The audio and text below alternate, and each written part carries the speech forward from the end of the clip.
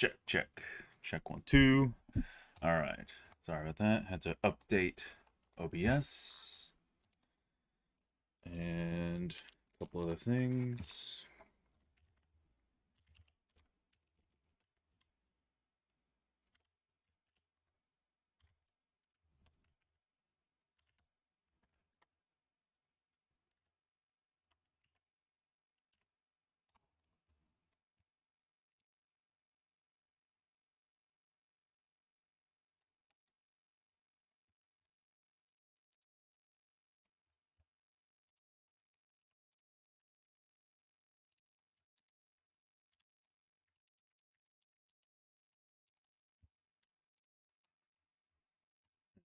Ready. And we're live. All right. Sorry for the delay, guys. How's everybody doing? So I'm going to be working on this guy for a little bit, and then we're going to be transitioning to Neo as soon as my stylus picks up again, because it's not working right now. Might have to update or fix the drivers on this thing. Sorry, one more second here. Ugh, updating everything. No device detected. That's great.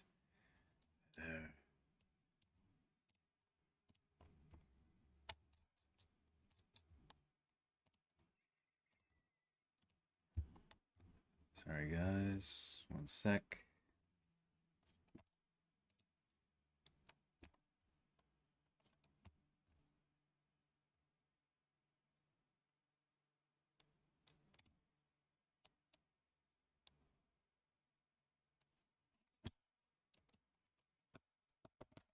Come on.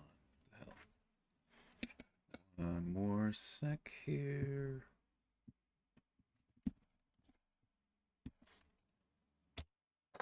Hang on.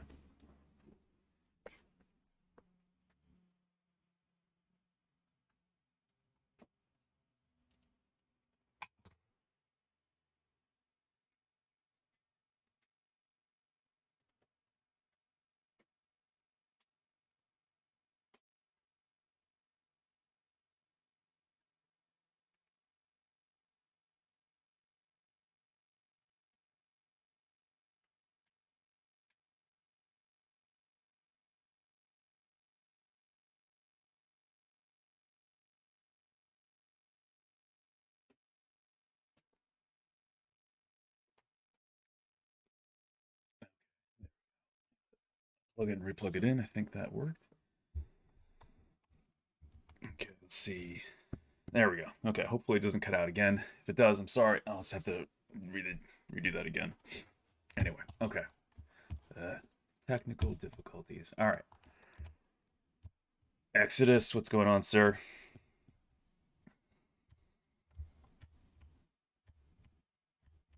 I'm going to be trying to work fast on this because I'm actually trying to get this done in time for printing, hopefully late tonight or early tomorrow morning. So probably won't be taking too many questions, but yeah. So you guys get to kind of watch a little bit more of an attempt at speed sculpting more than anything else. I've been trying to focus on the head here and trying to get the plates right because it's a very challenging to kind of get the dimensionality of where the lines are on the plates. So I'm just rushing to get this done ASAP.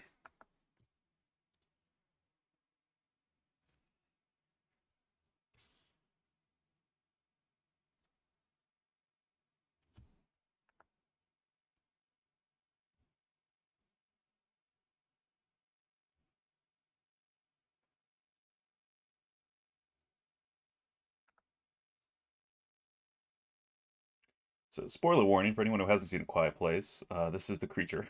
This is from near the end, near the very end. So if you haven't seen it, here you go.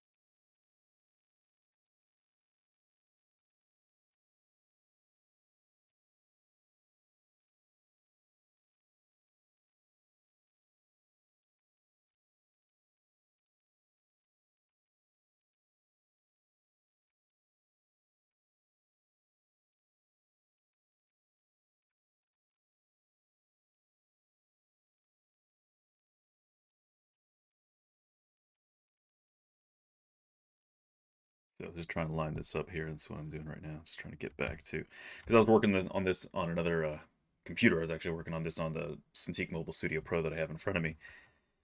And then I transferred all the files over to the desktop now that I'm on now. So I'm just, everything's gotten, any alignment with things is off. And I was working with a different photo too, but I'm trying to get some of these angles right. So sorry if this isn't the most exciting initially. Just got to get the alignment right and then keep going.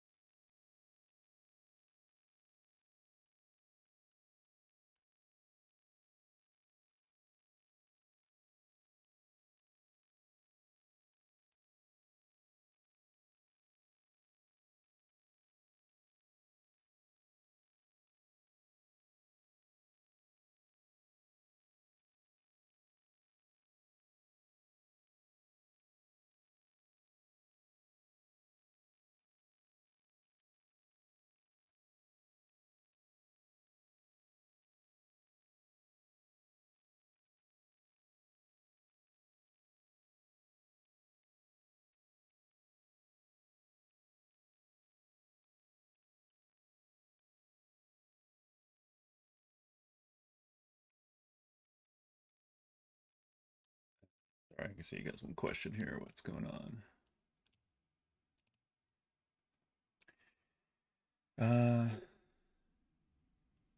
Sports is normal in 3D printing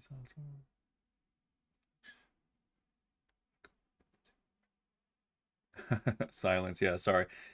Um, so do I do supports as normal in 3D printing software, or is there some function or way of going about it in ZBrush? I mean, you can create your own supports in ZBrush if you really want to, but you have to have an understanding of the scale that you're going to be printing at, and then be at real world units or close to them, in ZBrush, so that you will be able to understand how small and how close the attachment points will be and whatnot. But no, I generally just go with whatever's auto-generated by Preform for the Formlabs 3D printers, the LFS 3D printers.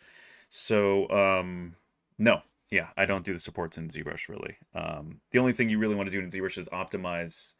If you're going to segment it, like this will be a multi-part print, so you just want to be able to understand where you make where your breaks are, logical breaks usually, like in the collars or the seams, or joints. You want to do those breaks usually there if you can, and then you also want to just make sure orientation, so like it fits in the volume you want, and then make sure your orientation is to where the most amount of detail that's going to be seen is not supported. It doesn't have supports attached to it, so you want to have that facing away from where the supports are generated typically.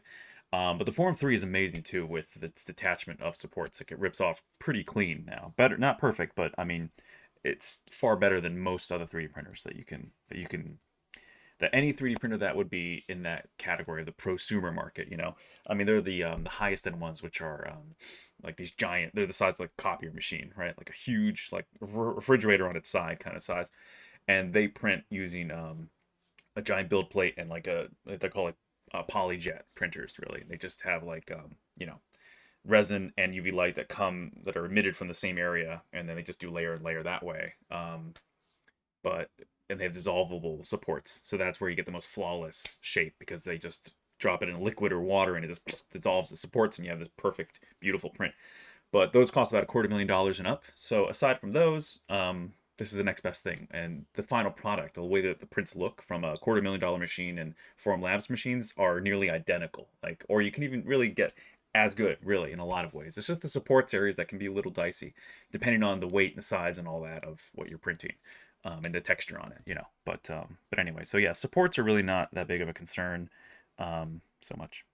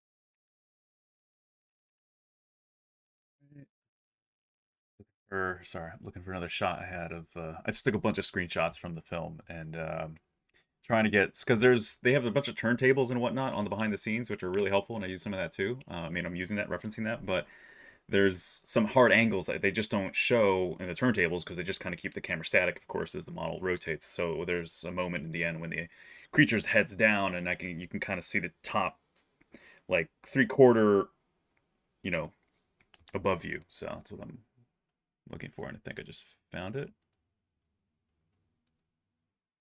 Yeah, there we go.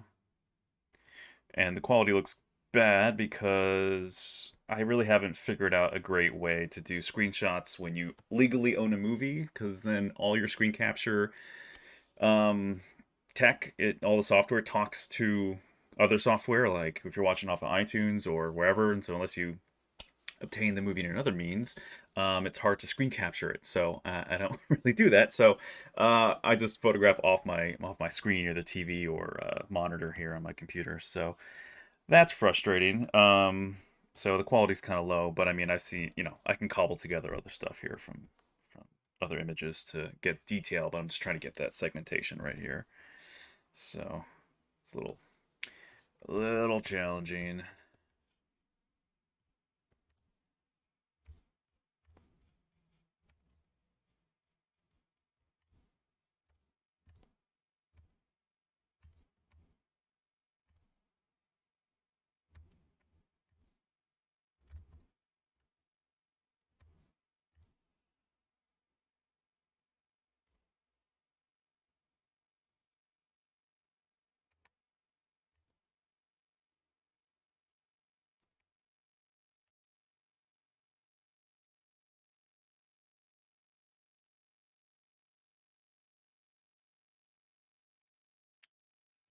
I think, trying to remember if I snapped. There's a shot too where the head is really low like this too, and coming up from the scene when it's in the flooded basement.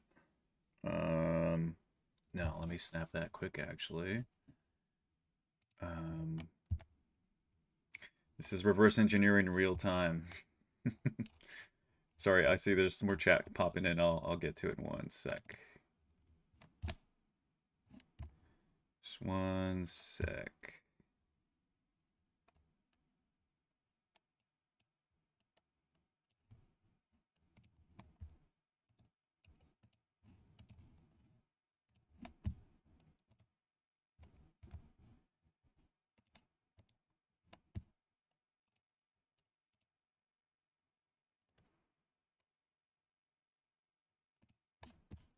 Huh. Maybe it's not going to let me. Interesting. Maybe it's not going to let me play any movie through iTunes because I'm streaming? No, okay, so the Matrix is working. All right, come on.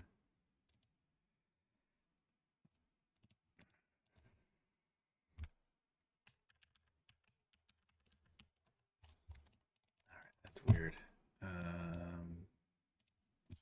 Come on.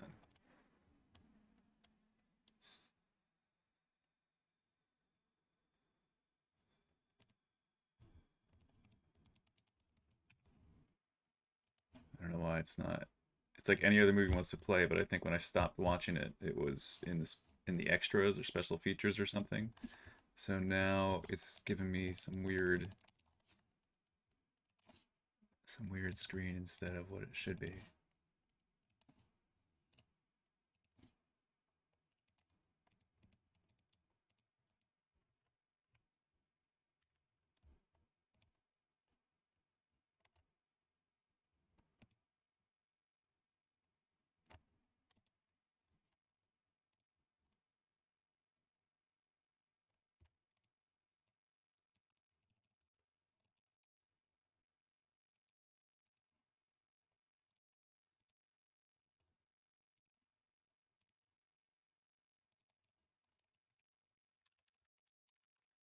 Ah, frustrating. All right, I might have to just go to YouTube then. This isn't working out. This is so annoying. What the hell? All right, weird. It's just giving me a black screen now when I try to play the movie. It's so weird. Of all things. All right. Let me go to YouTube quick. And while I'm doing that, I'll check the chat too.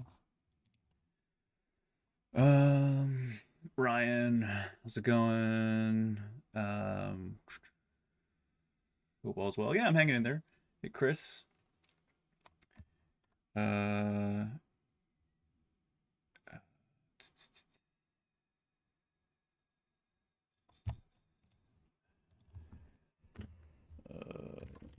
quiet. Quiet place. Basement scene.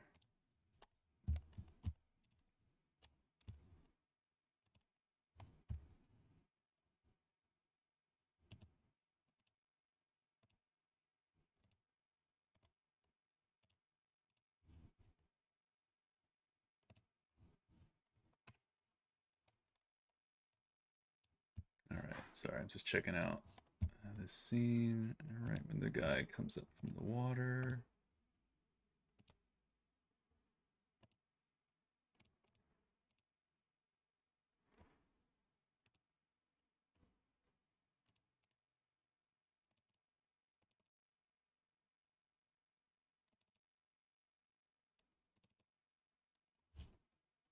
So this is the scene I'm referencing.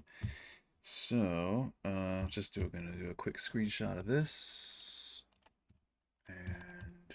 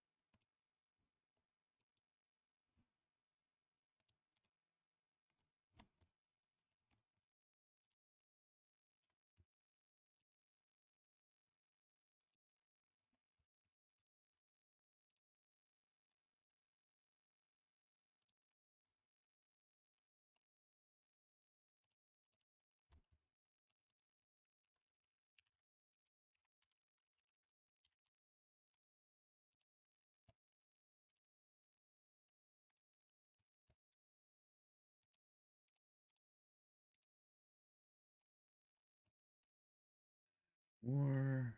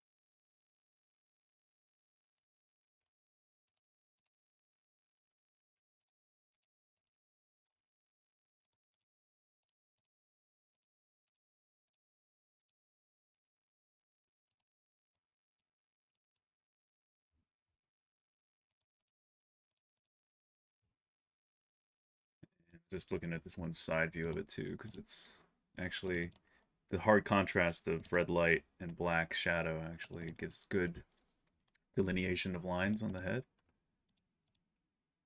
So I'm just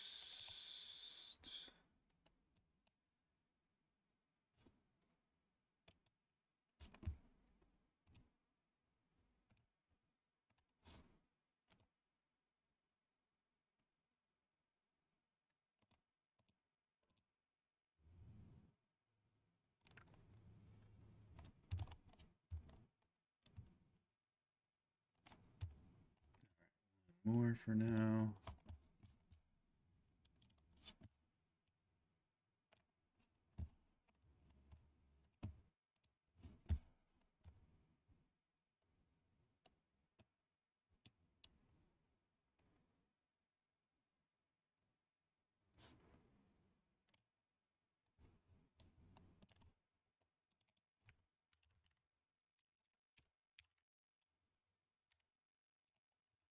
Okay.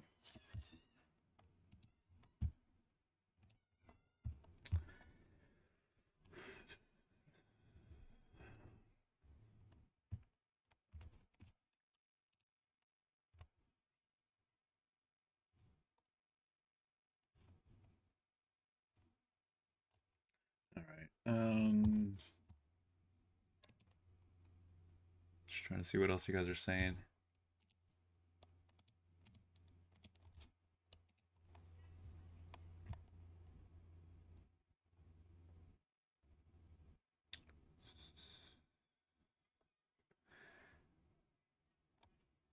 Yeah, so with Simplex, use resin printer, try Lishi slicer. Doing supports manually, yeah, that's crazy. Doing manual supports is such a burden. Hard sculpting in ZBrush. I think it's better to do hard sculpting in ZBrush or just bring in your hard surface objects from elsewhere. It just depends if you're more comfortable in ZBrush or not. You know, you can do great hard surface in ZBrush now. You got to use a ZModeler tool brush, but it's great. Um, yeah. So anyway, all right.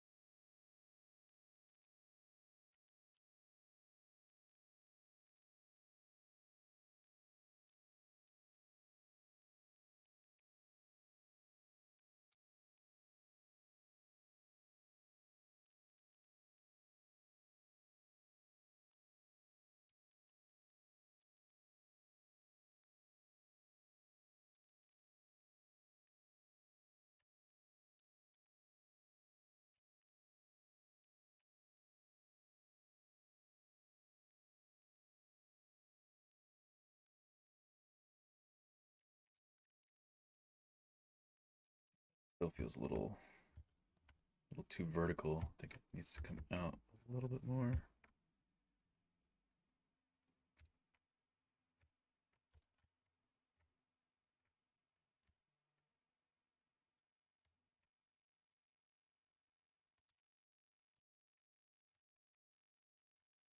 All right, I'm thinking I'm getting this right. And so the plating, I'm actually going to have some of it flaring open because it's going to be in this really cool attack posture.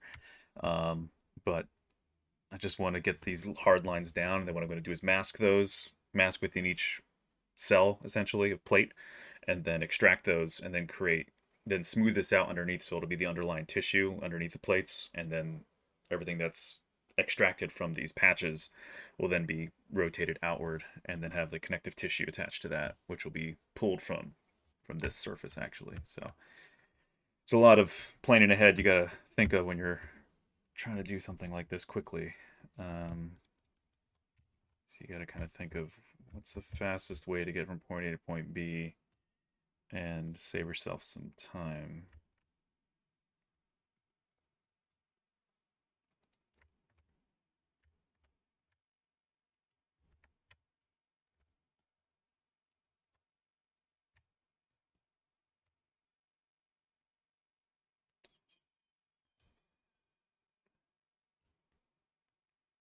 And I know there's a lot more teeth.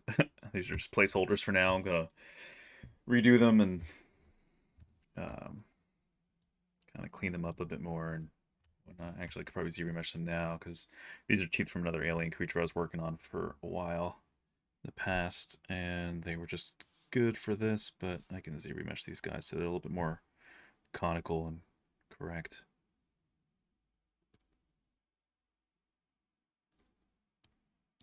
Yeah.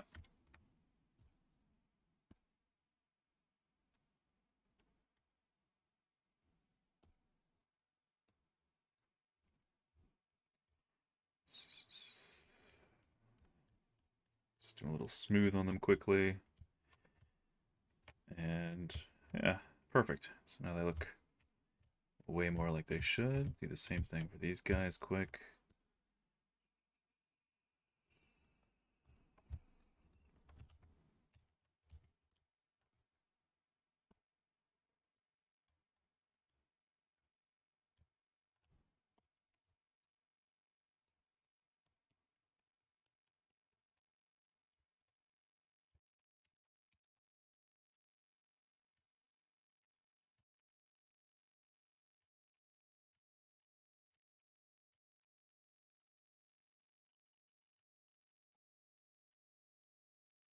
And after all this sculpting here on the head too, I'm probably going to Z-remesh it one more time just because I think I got to get the mouth a little bit cut in a little bit more, and then there's that connective tissue for the jaw to open and close. So, what's going on, Frank? What you're making looks really awesome. Thanks, Frank. It's not really my design though. I gotta say this is absolutely I think it's a couple people, you know, multiple artists designed this from ILM, and so yeah, this is their design. I'm just recreating it, so can't take any credit for the design work.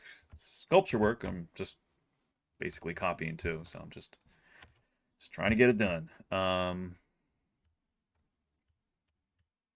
Yeah, it's been challenging to find a really good, clear side view of the final form because they did a lot of different iterations on the plates. So there's like the digital models that were done early on for concept work, which have plates in different segmentations and different orientations, and then there's the final one in the film. So I'm trying to get the one that looks like the final one in the film. So so this is from A Quiet Place for anyone just joining who isn't familiar with this. It looks fantastic. Thanks, Frank. Yeah, no, aim is to be done later today and printing 3D printing early tomorrow, I think, and then it should be done before the Q&A with Mr. Krasinski, and then I'm gonna present him with a cool little memento, a little thank you for making such a kick-ass film. Well, apparently two kick-ass films now because everyone's saying the second one's awesome, so can't wait.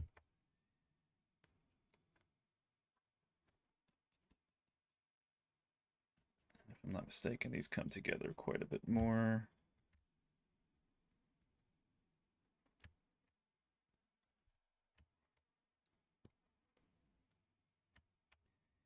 All right, so let's see those side view shots.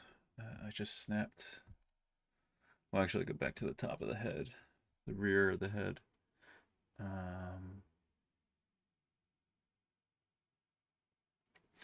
I would love to do an interview with Mr. Krasinski Exodus, but I've got to talk with him about it first, I guess. So we'll see. I don't have it. That's a sad thing because I don't have such a huge following on my Instagram and my Twitters.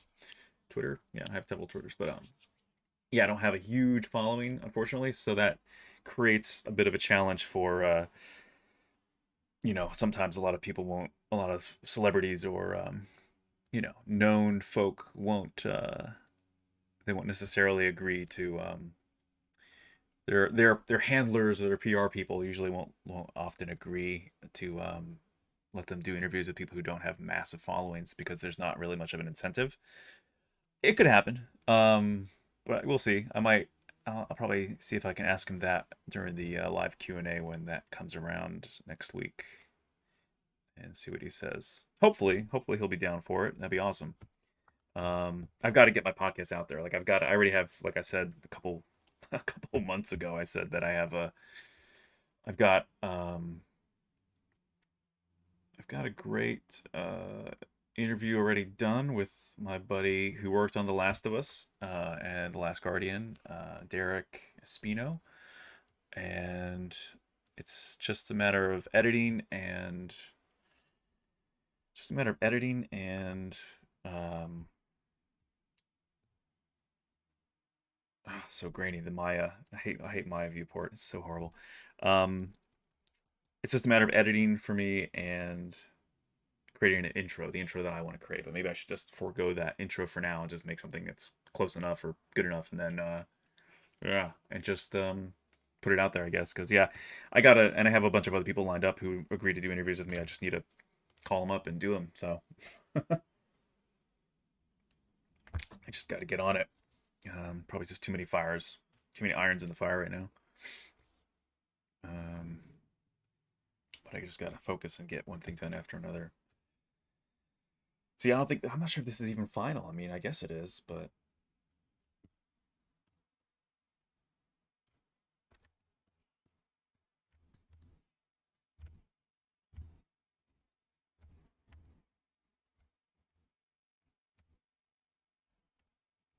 so I know like the grooves, the cuts are really too deep. It's like too thick, but it's just to hold their place basically. It's just a placeholder kind of segmentation right now. It's not like they're going to be that thick.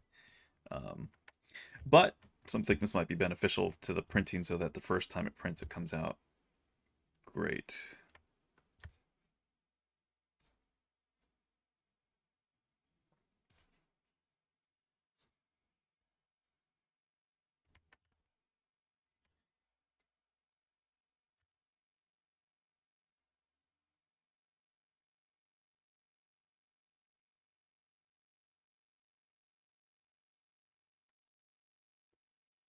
All right.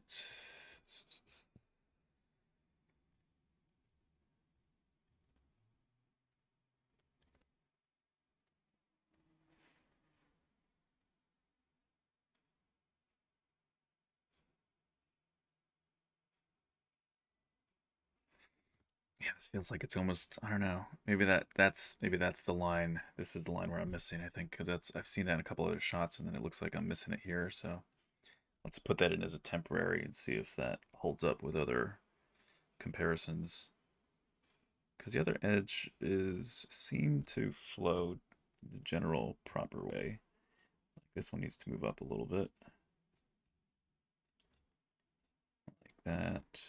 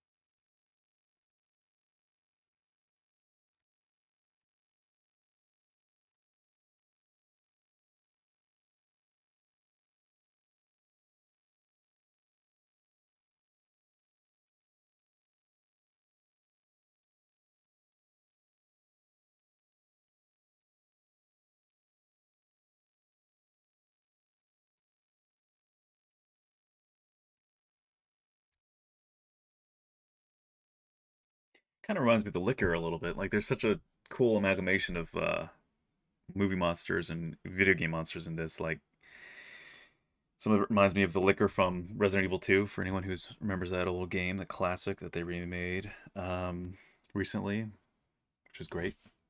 Remake was awesome. Just missing a few things from the original, but overall, I mean, it was great. And the liquors are these creatures that don't have eyes. They're just like an exposed. It's almost like a what's the word I'm looking for? Um, they're almost like a écorché model, which is just the when you take a human figure and remove all the skin and just see all the muscle and the bone.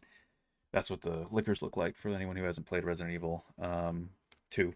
And Yeah, pretty horrific looking, pretty creepy. And they're a lot like these guys. They can climb on walls and all over the place. And they have these really long tongues, though, that kind of come out, hence the name Licker.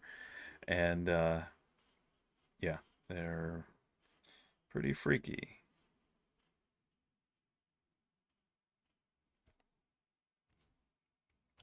All right, so I'm gonna let this go out so I can pull the jaw and move the neck.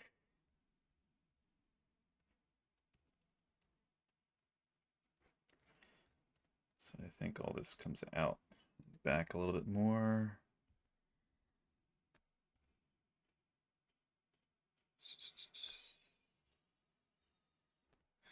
And that point of the maxilla is a little bit lower.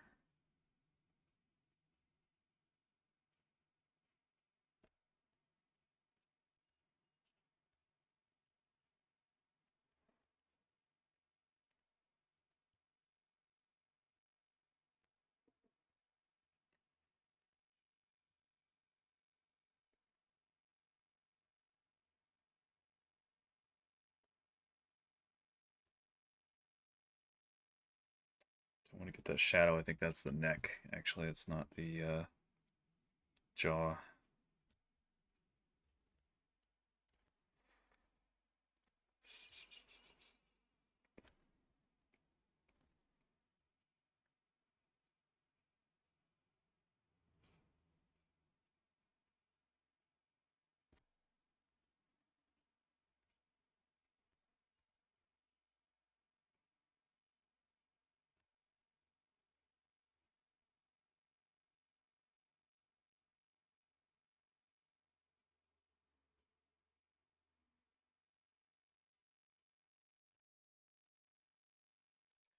Sorry.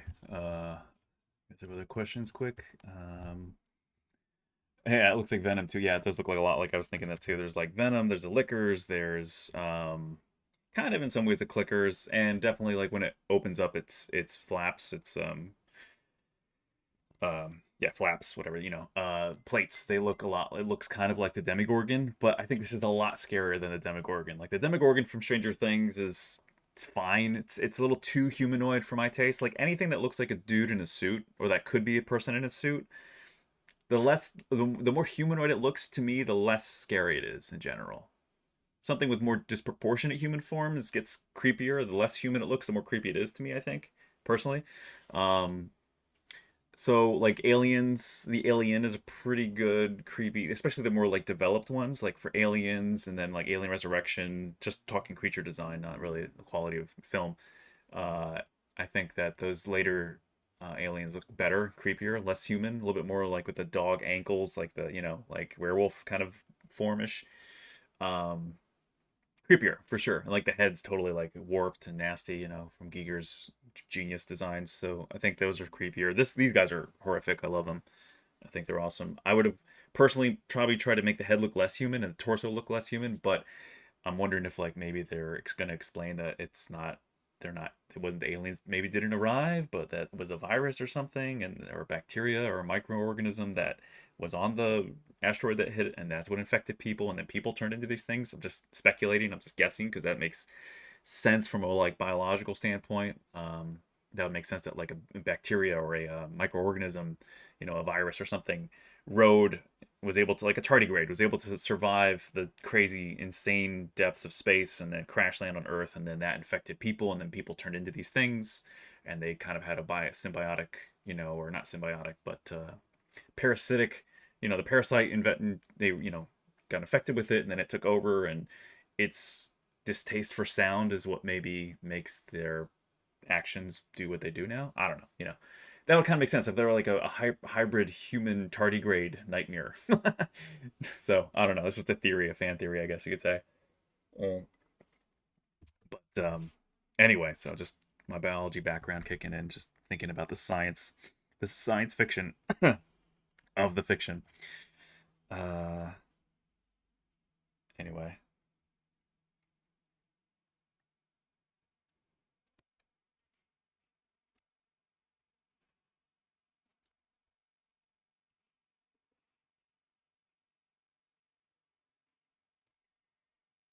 So this looks like, smooth this out. I'll drop sub these for a sec. And then I'll add some more volume here.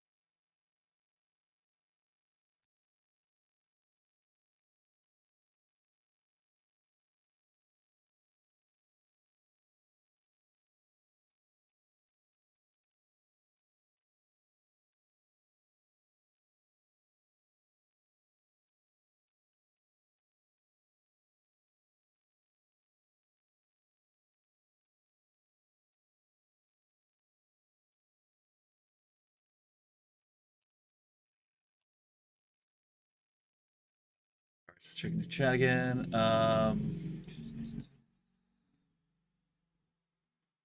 Participate with smaller channel. It's actually, what do you, oh, so Ryan, what were you saying? It's actually in their better interest to participate with smaller channels because their name draws attention. Yeah, for sure.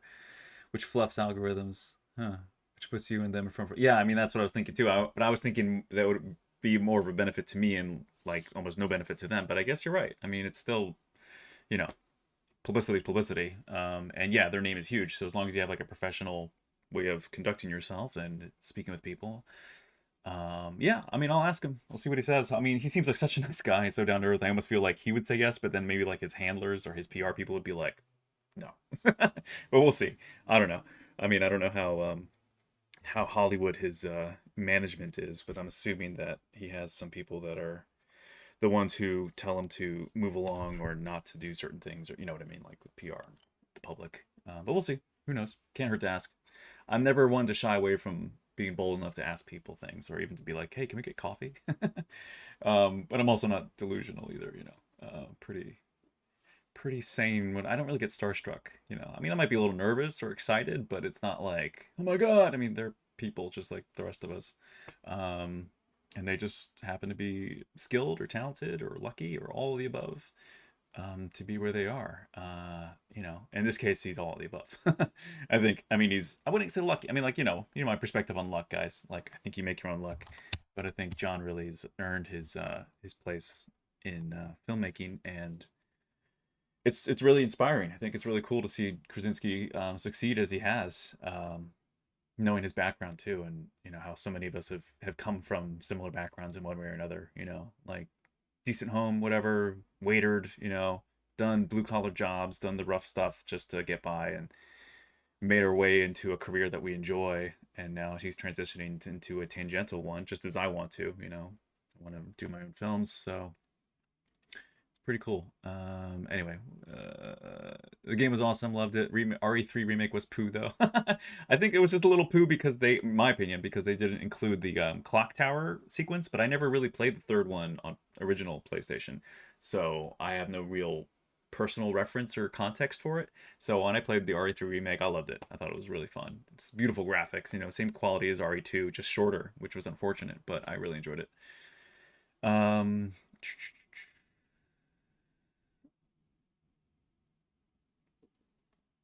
Try number three, Frank. If you haven't played number three, play it. If you like two, you'll love three. I never played the original three, so I have, like I said, no context. But yeah, the third game's great. I think overall, just short. Um, OGRE3 was awesome. The remake 3 wasn't terrible. Just nerfed the original. Yeah. Uh,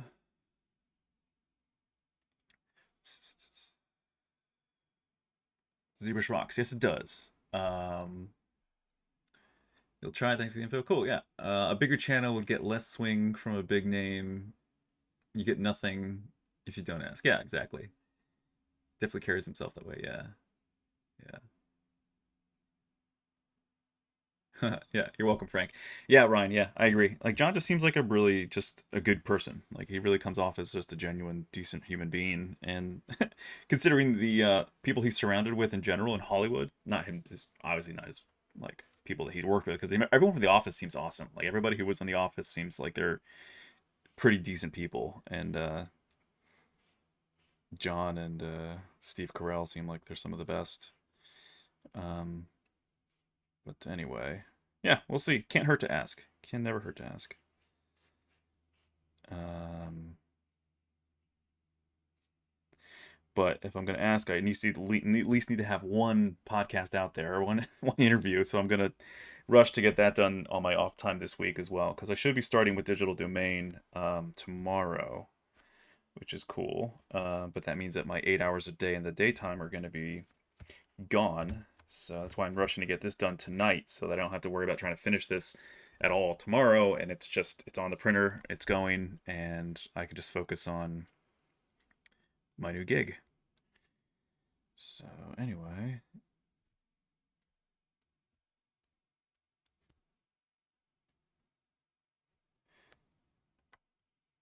so I'm trying to find the happy medium between being really precise and then you're like, well, it's good enough, because comes a point in time where you're like, you can only tweak things so far before you're just killing yourself on perfectionism and then nothing gets done. So, and I'm going to do a save of this, call this version 4.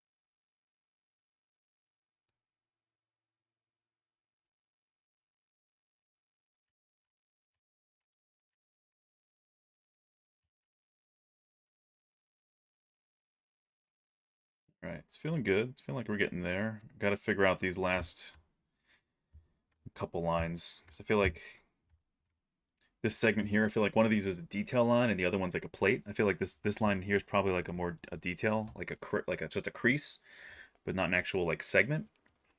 But I've got to find another good like side view here. Let's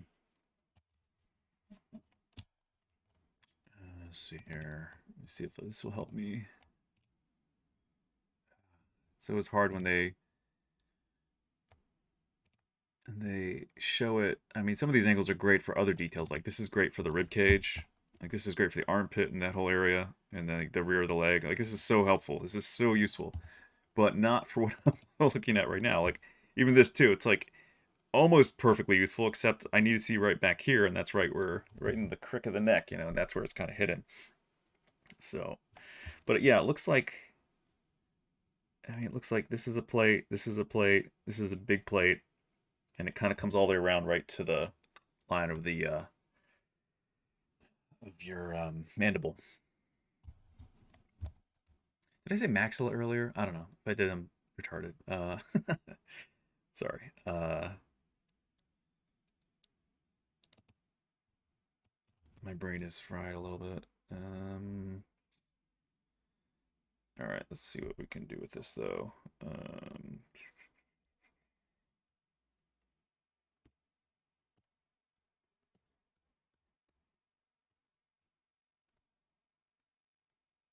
Yeah, so I think this is final form. Like this is from the asset used in the film.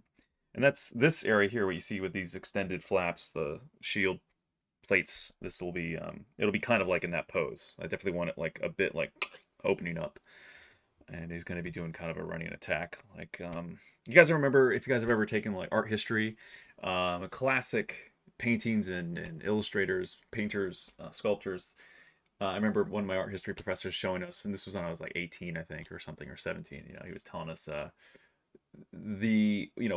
which pose is more dynamic, and he showed some guy who he already hit a person like with an axe or something, and it was like a war, it was like a war um, a war piece, and there was a guy like sinking his axe already into somebody, and the guy's like reacting to it, and so the guy's like all angry and like yelling as his axe is in the guy's chest or whatever, and then he said, "Is that more exciting, or is the one where this other guy's coming in and he's got his arm all the way back, like about to hit?" And of course, the action potential where everything's about to happen, like all this dynamic. That's far more exciting and more like, again, the lines of drama. You have all these diagonal lines, everything's askew and momentum and movement.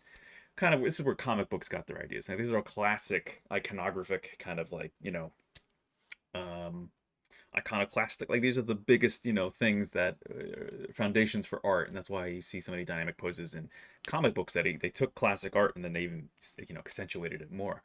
So it's the same kind of thing here with this pose. Is like I'm going to be going for something that's definitely going to be happening. It's going to be in motion. He's definitely going to have one arm down, the rear legs coming forward, shoulder kind of down and forward as his one arm's kind of passing as he's sort of galloping. The other arm's going to be up and like coming back, like ready to just go in for the kill. So it'll be pretty fucking cool, I think. But it's just nerve wracking to figure out, like, just getting all this other stuff right ahead of time, and then it's all these layers. You get the bulk of the sculpture down, then you just start building up your detail. You start building up you start going into the little areas and stop, not get overwhelmed by thinking of the whole thing, but just being like, all right, focus on the head, get all detailed on the head. All right, move on to like the neck and the back and the chest. And all right, now let's just do like the humerus, right? And then the forearm, and then the rest of the metacarpals and phalanges and all that. So you just gotta like compartmentalize and segment stuff and just go down the list. Just boom, boom, boom, boom, boom. So yeah. Anyway.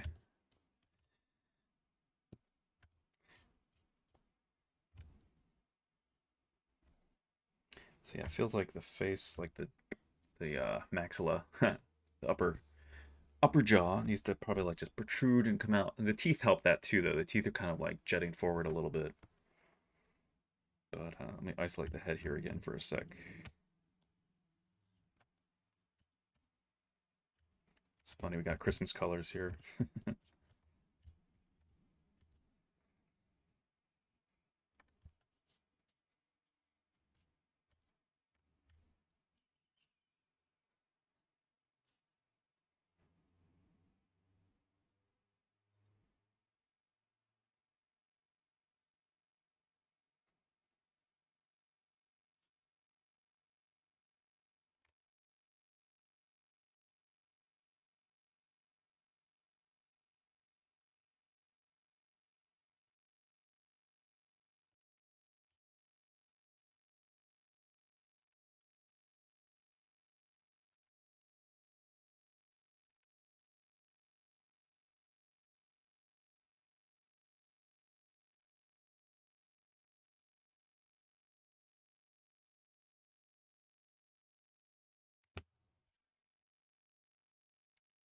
2 seconds.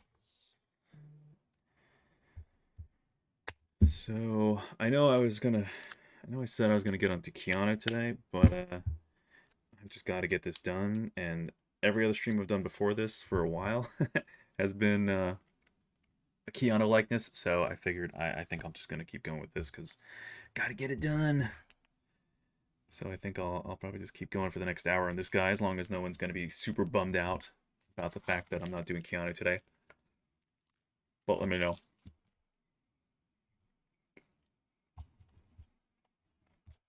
I know it's totally rude to talk with your mouth full of food. I'm sorry. Hmm. What's the chat saying? Let me mute while I chew.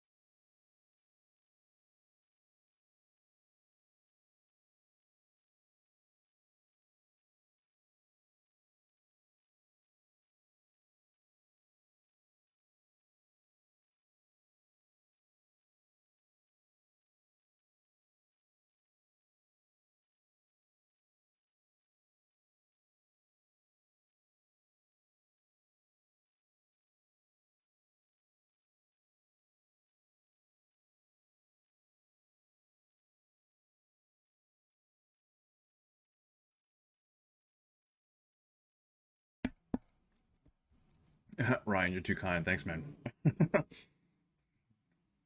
Your work is always amazing. Thanks, man. It's really nice.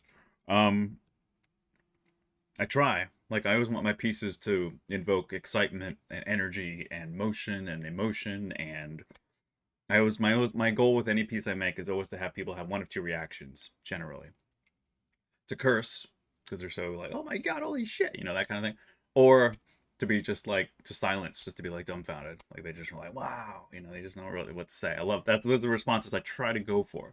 I mean, of course, it doesn't always happen like that. So it's just like, oh, that's nice, that's cool. Occasionally, you get people who really connect with the piece, but the more emotion and energy and you know passion you put into something and thought, the better the chances are that people are going to react in some excited, positive way. So anyway, I always try to bring life and energy to my pieces whenever I have the freedom, the chance to. Um, so yeah, I try to get people excited about what I'm working on. Um, Interesting here. This line, this is like throwing me off. But let me fix this one here first. So what was the other question here? I saw someone else asking a question. I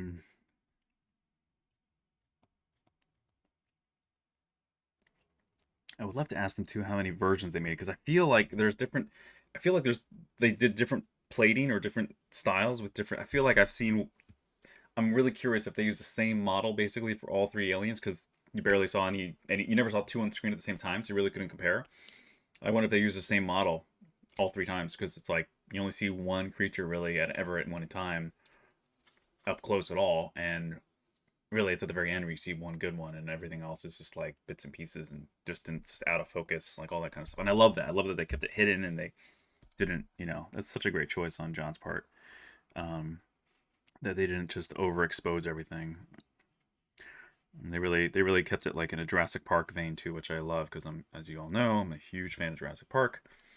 And they really did the smart thing and kept the creatures hidden until the very end. Big crescendo and you know, give you a good shock to the system at the end. Um, so good. Fireplace was great. I love that it's an original thing too. Like, thank God. I'm so sick of superhero movies, and I could go the rest of my life not ever seeing a superhero movie ever again and be completely happy. I'm just done. So sick of it. I mean, I was never that big of a fan of them to begin with, ever really. I'm just like, yeah, they can be fun or whatever, but eh, they're fine, but they're just so constrained. They're so ball and chain to their original source material, and the original source material has been around for forever. I mean, since before we were born, for most of us. Um, so it's like, eh. I mean, I get it. If you're a big comic fan, sure, it's fine. I just don't really connect with it. I'm just really kind of done with Marvel, done with superheroes. But I mean, hey, I'll always be happy to work on something like that just because it's a nice paycheck and I can do the work just fine. But as far as being enthusiastic about it, sorry, no. Give me creatures, give me great storytelling, give me beauty, give me something unique, something different. And this was it. This was a great, exciting, different world, different enough. Original, great ideas. Woods and Beck, I think, the original young guys who came up with this idea. It was some great ideas, and then John apparently brought a lot to the table too. So that's like a lot apparently. So that's awesome. So it's pretty cool that they were able to work together and make this, just such a great world. All right, so yeah, this is like a detail plate, I think.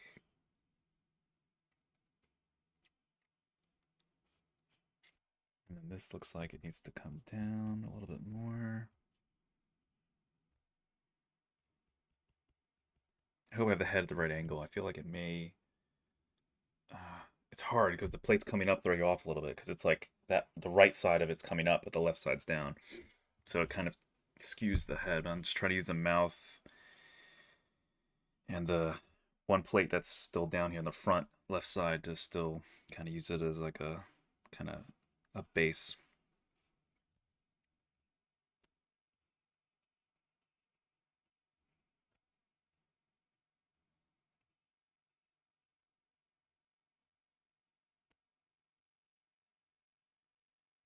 I was just watching earlier today, just before the stream actually, while I was working on getting other things ready. Um, I was watching with one eye the other movie John did that I thought was awesome is that he starred in, which was 13 Hours. True story, story about Benghazi, everything that went down there, all the shit that happened.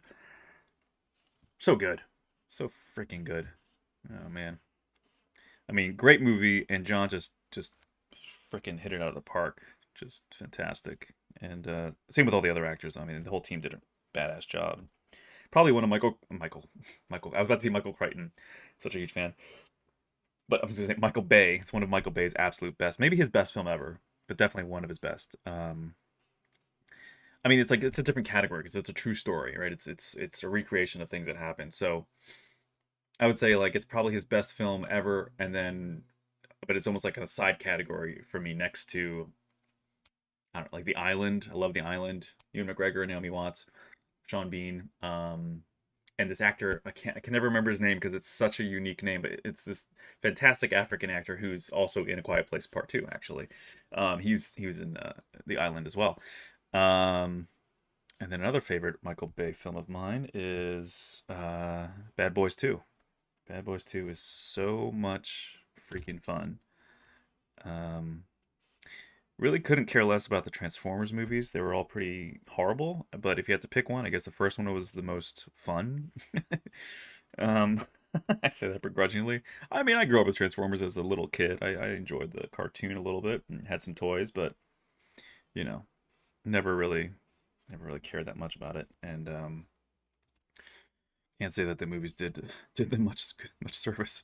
But hey, I mean, they sold like crazy, of course, and Asia seemed to really love them. So whatever. To each their own. I can see it as a guilty pleasure for some, but can't say that I really have it on a list to ever watch again. um, but certain films like A Quiet Place, just a great story. Okay, so it looks like this one's opening, so that's where. Okay, so the line should be there. All right, just figure that out. If I'm not mistaken, so this line is incorrect. And this should come right. Yeah. I'm not mistaken, right? Like that.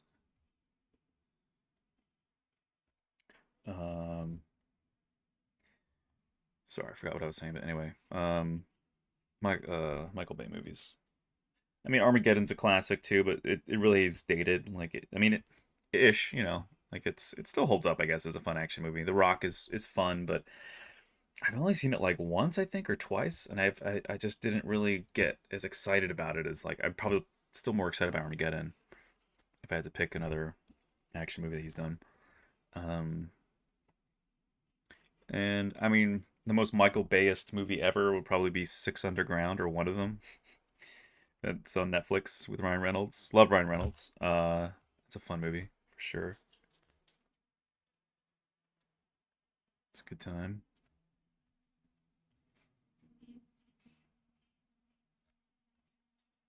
But yeah, I'm trying to think of what other Michael Bay movies are out there that I liked. Those are my big ones, though. I think The Island, Bad Boys 2, 13 Hours, Armageddon.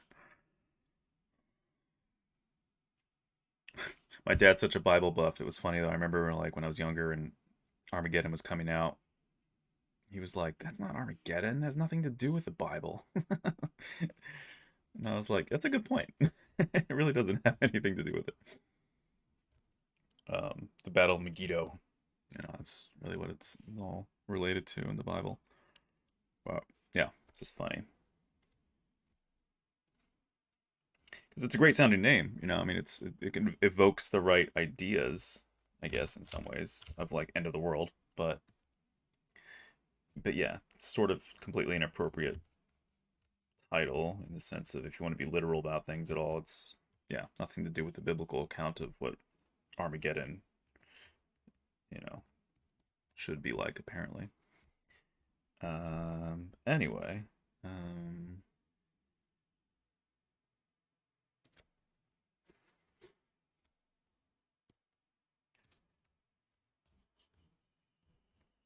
we're getting there. Still got to figure out like some of these rear lines. I mean, maybe it's just like a simple line like that, but I gotta double check.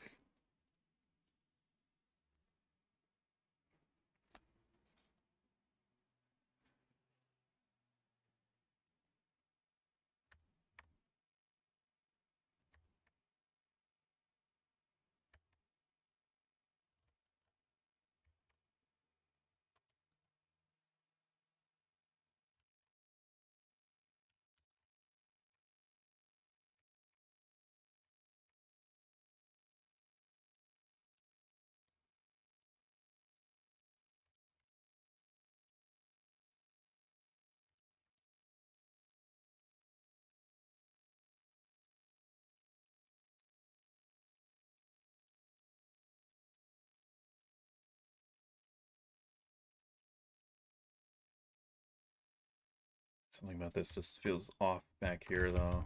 Doesn't feel like it should be.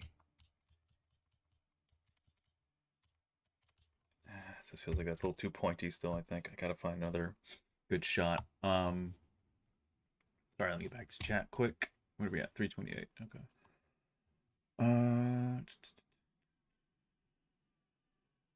Okay. Nash loves superhero movies. I just feel like they're getting old, man, and they're just so overdone. We just had such a super saturation of them, and I don't know. They just feel very constrained, very formulaic, very predictable. Meh. As good as some of them may be, I'm just tired of them. Just really sick of them. There's some great ones for sure, but it's like their originality and their novelty has just completely worn off. It's like eating food. You eat the same thing too much, you're just gonna get sick of it, literally. uh.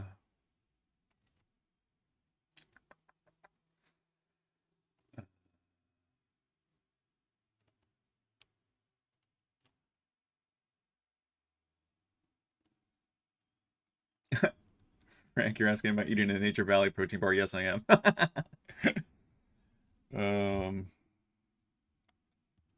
Cool VFX. Keanu Charles Reeves transformed into the creature now. Yeah. Yeah, sorry, I haven't. I probably just forego Keanu today. I need to get back to it, but this is more urgent because I want to get this done in time to print and hand it over to John on next week.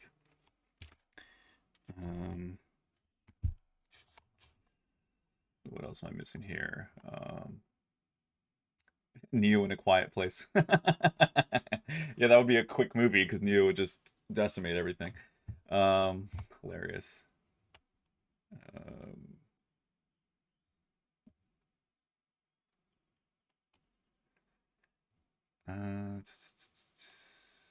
D is asking what is that what this creature is from. I haven't had the chance to watch it. Oh, I'm sorry to spoil it for you. Yeah, this is the creature from A Quiet Place. You should totally watch it though, man. It's fantastic. It's a fantastic, really taut 90-minute thriller.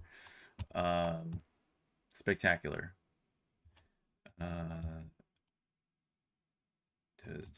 Frank, I'm not sure if you're asking me if I play Last of Us 2, but I know about the story and I effing hate it. What they did to Joel and how they did it, and then how they make you play as Abby, and just the whole super heavy-handed far left political messaging, just like ugh, identity politics orama, just fucking gross. I have nothing against any kind of people group, but it's just so heavy-handed there and just shoved in your face. Just like, dude, no. Most people can't relate to it really, so I mean, graphically, don't get me wrong. It's like I can separate the meat from the bone. Like the artistic work and the visuals and the fidelity is phenomenal, but the storytelling is just absolute horse poop. Just horrible. It's just dumb, terrible, bad writing. First Last of Us, phenomenal. First Last of Us is awesome. Second one, garbage writing, storytelling, but great visuals and decent gameplay, I guess. But the gameplay is like the same as the first one. Play the first one if you guys have a choice. Don't bother with the second. Most people have given it, most honest people have given it a negative review. Just don't care for the politics. It's just, ugh. Exodus. Can't wait to buy Village.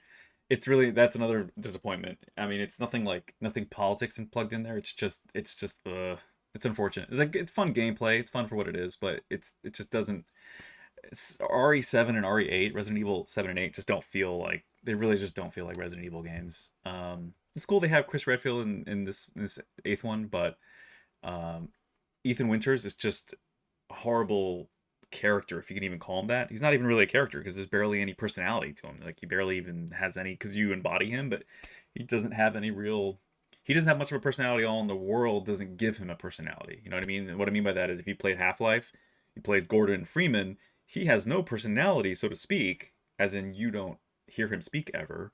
But all the characters around you and the world building, like the storytelling that's done with things you find out about whether it's little like signs or notes or mostly it's the characters talking about you and to you and who people saying things about you to other people and all that referential information that really makes you feel like you get an idea of who Gordon is and what his background is and whatnot and it just feels like the world has more character and it gives the character more character but not to sound too repetitive but with storytelling done in the last two Resident Evil games, your character doesn't hardly. I mean, he speaks, but yeah, and you have motivation. I mean, you hear his motivation going for Mia, trying to save his wife or whatever, but he's just a very mediocre, unlikable everyman. And, you know, I mean, maybe some kids would be, young kids would be that afraid and awkward and just terrible, like terrible decisions, but um like I've definitely been in emergency situations and I would man up and just carry myself a bit more bravely, I guess, than his character. I don't know. It's just weird choices to make him weak and vulnerable and yeah, it makes you tense but also makes you frustrated if you would want to be able to do things a little bit more efficiently and like the way that the original Resident Evil games let you do. I don't know. It's just there was more character and more excitement, more dynamism to the original games and the remakes especially. But 7 and 8, I feel like they nerfed the main character and they just don't. He just doesn't fit in the world. I don't know how else to put it. He just feels like a citizen in the world that would have just been a victim, which he kind of sort of becomes in the end. So, um, yeah. Anyway, I don't know. I am sorry, I'm not going off on a tangent here. But anyway, but still, Village was fun. I mean, I enjoyed it for what it was, but um, yeah. Saw it first, then I played it. Didn't like it either time. Yeah. Um,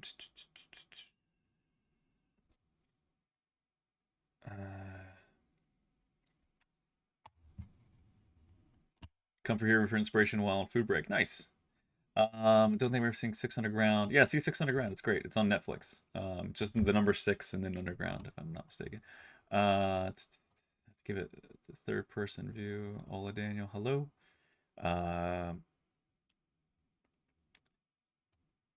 yeah, RE8 is basically like first person Resident Evil 4, but Resident Evil 4 again, it's way better storytelling. Way better storytelling. Leon is such a likable character and has a lot of personality and character and had a lot of history, from Resident Evil 2. Um, what else here? Sorry, just gonna catch up on chat. I gotta get back to sculpting. The graphics are impressive, yeah, but it's like games are becoming like movies where it's like the graphics are always great now. Like it's so many top tier AAA titles.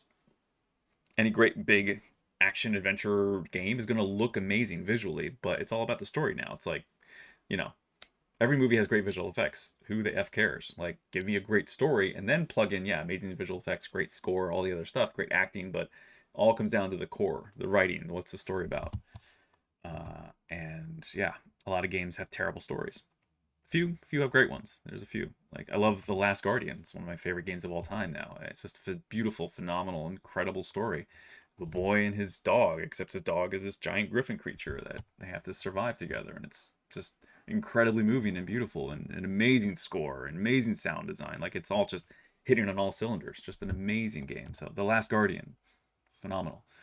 Um, New Batman movie looks a little weird. Didn't like the second last. Yeah, the second last was just terrible. First one's great. Got boring. Good morning. You just ate one of those bars before, Frank. Hilarious. Yeah, they're great. probably not the healthiest thing in the world, but it's quick protein and some salt and just basic nuts. Um,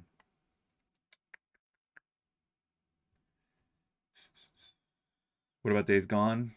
Didn't appeal to me either. The whole like country hick on a motorcycle thing doesn't doesn't appeal to me. The biker gang kind of thing. It's like they took Sons of Anarchy and plugged it into a zombie into the Walking Dead. Yeah, no. Like The Walking Dead outwore its welcome quickly for me. It's like I don't have anything against zombie movies, but I think that it's just The Walking Dead just got way too repetitive and just made a lot of bad choices. So it's like, done. Um, I just saw Army of Dead. Dumb fun, what you expect, It's a fun, dumb, well directed, well shot, um, marginally okay written schlocky zombie movie by Zack Snyder. And I like Zack Snyder's style. I like his camera movements, sometimes a little bit too much slow-mo in areas that you don't need it, or like you slow down for things that aren't that impressive. It's like if you're gonna slow down for something, it should be like a grand crescendo to something, not like, oh, let's slow down for this like weak punch or for this like barely cool move. You know what I mean? Like it just amplifies the mediocrity if you're slowing things down for something that's not going to be spectacular. Um, or if you're like in 300, they did great. I love 300 and it's slow motion and rapid then acceleration, like the rapid changes in frame rate and in speed of visuals is phenomenal and really good time. And it really shows kind of like all these quick movements, but done slowly, so then it has a bigger impact at the end, whatnot. But anyway, so yeah, Army of Dead's fine. It's fun. It's a dumb fun movie. You'll have a good time. It's on Netflix right now. Yeah. Um, Exodus. What else are you saying here? I played it already. Yes, I already played 8. Yeah, already played it. Beat it. It's fine. It's fine. Like it's fun. It's competent. It's a competent game. Capcom doesn't make garbage necessarily, but like storytelling is just bad. Storytelling's really bad, I think. Just gets more ridiculous but not in the fun Resident Evil way. It's just and again, the character you play that you embody just doesn't have much of a character, much of a personality really, except for whining and just being defeated all the time and just being weak and just emasculated almost. It just feels just It just I don't like it. I love Chris Redfield, Leon Kennedy, and Claire and Jill. They were all great. They're all strong male and female characters that still had the shit beat out of them, but they were resilient and bolder and more mature. And this guy just feels kind of whiny and weak and beta and just just not the kind of character that you want to play as, really. I guess he's not terrible, but not great. I would say terrible. Yeah, probably terrible. um. Anyway, so that's my opinion. Whatever, take it for what it's worth. 1000% agree on Last Guardian. Yeah, right. Thanks, Ryan. Yeah, yeah. The controls could have been better, of course. Like the camera control and the controlling of the kid could be a little bit better in Last Guardian, for sure. I mean, I'm not going to deny that. But you just learn to work with it, and once you adapt, then it just sort of falls into the background, and you're just playing the game and enjoying the story, and just, I was moved to tears like 2 or 3 times in that game, and that's a lot because I don't cry for everything by any means, but I am an empathetic person. So if something's really well done and it makes me, it hits those right emotions because I can relate or can empathize and can, have that kind of compassion for someone or something. Um, if you play your cards right, yeah, you can definitely hit me the right way. And that game had like at least 2 solid chunks where you're just like gut punched and everyone cries. I mean, if you have a heart, if you have a love for an animal of any kind, if you ever have a love for a child or an animal, you will definitely cry. Both tears of sadness and tears of joy, like truly for me. That's rare. I mean, it's rare for even a movie to make me do, but much more a game. Very few games have ever moved me emotionally that much in that direction. Probably like 3 or 4 only. Yeah, Last of Us, the first Last of Us, the opening, of course. The Last Guardian, and Half-Life 2, Episode 2, the last section there, when certain somebody is brutally killed. And then Half-Life Alyx kind of touches on that same point, and again, it was tears of both sadness and joy, kind of too. So that's probably about the 4 games that have really moved me emotionally to tears. Very few. It's very few games that really have a very mature, sophisticated, story that an adult can really engage with cerebrally and emotionally, and of course in some way physically through a controller. But yeah, Last Guardian's is probably the best. Sorry, Frank, you're asking. Someone was asking about teeth. Was it Frank? And then Frank is here asking about lips now too. Is the monster a place in silence? What? The monster's in a quiet place. Yes, I think Kong. That's what you're asking. Teeth are hard to make. No game is 100% perfect. The Last Guardian is an absolute masterpiece. Absolutely, Ryan. Emotionally on both spectrums. You rarely get both that can pull it off. Yeah, totally. I mean, yeah, exactly. The tears of sadness and then the tears of like absolute real. It's like it's joy, but it's also like a relief, almost like seeing your friend in heaven, like seeing a loved one after you've died, and then like having that reunion, that level of they're okay or they're alive, and that or like you're together. That powerful, emotional, just blast to the heart. It's so rare. I mean, in any film, even. I mean, it's that level of just like release and like oh, and surprise and like gratitude. That's such a rare gem. You know, such a positive, cathartic, just explosion of emotion. So it's if you haven't played The Last Guardian and you have a PS4 or PS5, if you have a PS5, it's free. So just download it from PlayStation Plus. But if you have a PS4, it's like $20 or less. So you can buy it cheap, super cheap now, used. So just play it. It's phenomenal. It's absolutely phenomenal. If there's one game I would say that anyone should play before they die, like play The Last Guardian. Absolutely. See what you mean about Ethan. Didn't feel that way, but it makes sense. Wanted to remake RE5 and make it pretty decent. I loved RE5 actually, I really did, and I was really excited for it when it was. Sorry, I'm having sculpting for a minute. I loved the hype coming behind it when it was going to come out, and I really enjoyed it overall. It wasn't exactly what I was expecting, but it was pretty close, and it was great. I really enjoyed RE5 a lot. So yeah, and if they remade it, I would be pretty happy. But I also, I'm not sure I'd expect them to. Um, just because it's still pretty current and they just ported it to like, you know, every other system. But if they did remake it, that'd be awesome. And I would totally pick it up because I really enjoyed it. Even amongst its ridiculousness, I just loved its really dark tone and the setting, Africa and the epic scale of it. It was. They could have ended the whole series with 5, and that could have been it because it really is a massive crescendo to the whole Wesker, saga. I guess you could call it. Wesker is the main villain. And yeah, I think if they would have ended it with that, it would have been a great swan song to the whole series. But of course, money's more valuable. So so they're just like, we can keep making a lot of money with Resident Evil. Why would we stop here? And I thought 6 was fun too, more ridiculous and definitely like stretched things quite a bit. But there are chunks, like different. Like I liked Sherry and Jake's story. Sherry was, their dynamic interaction actually was better than I thought it would be. And Leon's campaign was pretty cool. Ridiculous. All of them get a little bit ridiculous, of course, but that was still really fun. And then the least that I enjoyed actually was Chris's, but the ending still had some heart and it was still pretty good. But Chris's was the most ridiculous, sadly, in RE6, and it was just trying too hard to be Call of Duty in a lot of ways. It didn't really feel as authentic to their other styles of Resident Evil as the other two campaigns did. But still, 2 out of 3 ain't bad. So this jaw is giving me trouble. Sorry. So sorry, I'm trying to multitask. So going back to the question about Frank was having about teeth.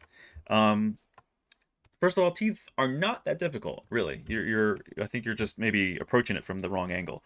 The easiest way to make teeth would be to get like the polysphere.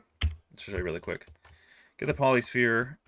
Probably want to recreate subdivisions. Here we go, right in front of me. Delete higher. So then you want to shrink it like this. So I'm just going to show you like how to make one of the front teeth, right? Like one of your front incisors. Is that what these are called? Incisors, right? I forget. Anyway, so let's do one of these. So here, you just got to think of like break anything down when you're sculpting. You just got to think of it in the most basic form, right? And don't think of the whole form. Think of just, if you're thinking of a whole character, don't think of the whole character. Break it down and compartmentalize it, chunks, right? Think of the head, the classic, when you're drawing a head, it's the egg in a circle, right? Circle and the egg. When it comes to anything like teeth, right? What are they generally? What's the general shape of them? They're like a cube, right? They're like a flat square, rectangle, right? So that's what this is, all right? So now we want to probably divide once without smooth subdivision on. And I'll maybe do it actually one more time. And now I'll turn smooth subdivision on, and now I'll subdivide. And then again. And right now already, we're seeing like you have the nice curved corners here, right? The root of a tooth, of course, is more conical. So you're going to have it turn on symmetry. You're going to have it come up like this, of course. So this is how a tooth would actually insert into the skull. In general, and depending on the tooth, like your molars, they have like 2 or 4 prongs, you know, roots. But for your incisors, I believe they just have like one main long one. So this would go in the gum, right? And there's a subtle form to it too, where you have like it kind of bulges out. So there's a curve, right? Your teeth are curved. Each tooth is curved, and then it's arrayed in a curve, right? So your teeth are curved, and then they're in a curve around the mouth.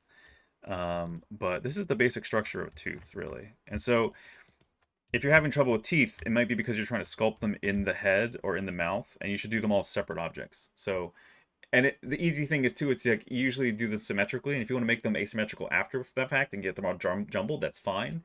But definitely do teeth and nails and other things. If you really want them to be detailed and realistic, do them as separate pieces, separate objects. You could also do them as part of one thing, but when you're also adding, if you're going to be rendering it, like for 3D animation or for visual effect, you will have to create a map and then like paint those areas so they have specularity and they have the wetness look to it versus the areas that should be more matte, like the skin. So your mouth should be very reflective and shiny and wet. Not to the extreme, but much, much more so than your skin, of course, unless your skin's soaked in slime or something or sweat.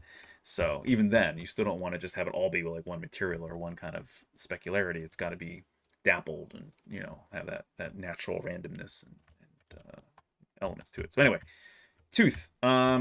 So then your teeth also have they kind of come to a point. And so here we can use pinch, and then we just kind of bring that together. And then we want to take on the inside. So if this is facing you, so this is the front of the tooth, this is the inside of the mouth, you want to take your move brush and push this in, because your teeth they really are kind of curved, right? You think of something flat, and then it's actually like it's curved this way, and it's curved on both axes, both in the Y and the X. So here is a human tooth, just using the move brush. And then you'd also want to have some pinching on the sides here. Delete higher, subdivide, subdivide up. Wait, just didn't do that. Delete higher. Delete lower, subdivide up once. All right, do that.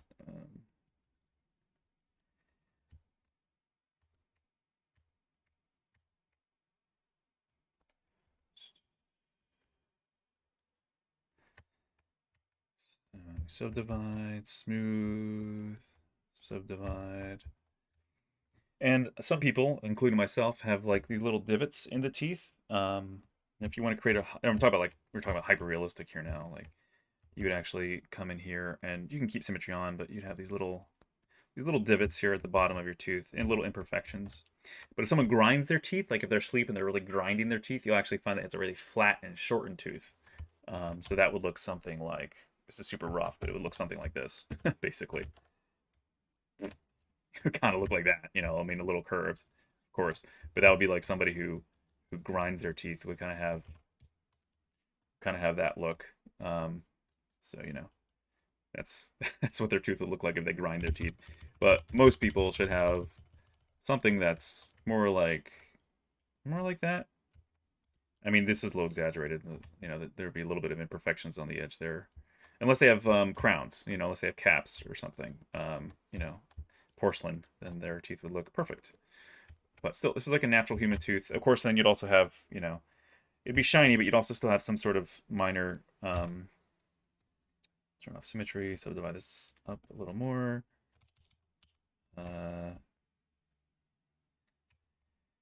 You know, you'd also have a few little. This is so harsh. You'd have some grooves here. You might have like some. This is too thick. Sorry, gotta get higher res.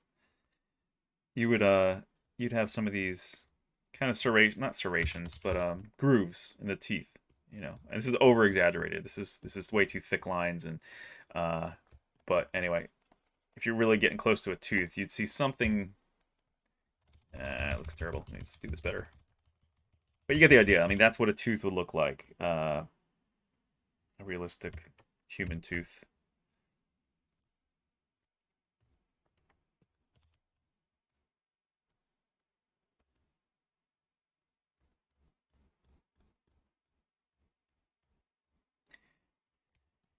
We come down here.